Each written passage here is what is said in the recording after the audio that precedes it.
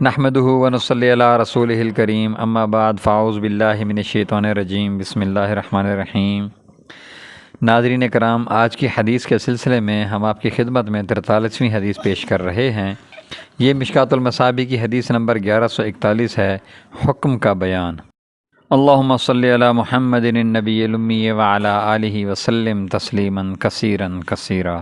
حضرت ابو ہریرہ رضی اللہ تعالیٰ عنہ بیان کرتے ہیں کہ رسول اللہ صلی اللہ علیہ وسلم نے فرمایا، جو شخص امام سے پہلے اپنا سر اٹھا لیتا ہے وہ اس بات سے نہیں ڈرتا کہ اللہ کہیں اس کے سر کو گدھے کا سر نہ بنا دے۔ متفق علیہ۔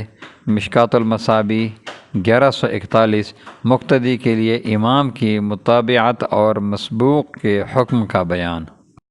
وآخر دعوانا ان الحمد للہ رب العالمین۔ ناظرین کرام، اللہ تبارک و تعالیٰ سے دعا ہے کہ اللہ تبارک و تعالیٰ ہمیں اس حدیث شریف میں بیان کی گئی وعید سے محفوظ فرمائے اور ہمیں امام کی مطابقت کرنے کی توفیق عطا فرمائے۔ آمین ثم آمین یا رب العالمین۔ ناظرین کرام، اگر آپ نے ابھی تک ہمارے چینل کو سبسکرائب نہیں کیا تو برائے مہربانی ہمارے چینل کو سبسکرائب کریں، ہماری ویڈیوز کو لائک کریں اور دوستوں سے شیئر کریں۔ جزاکم اللہ خیر و احسن الجزا۔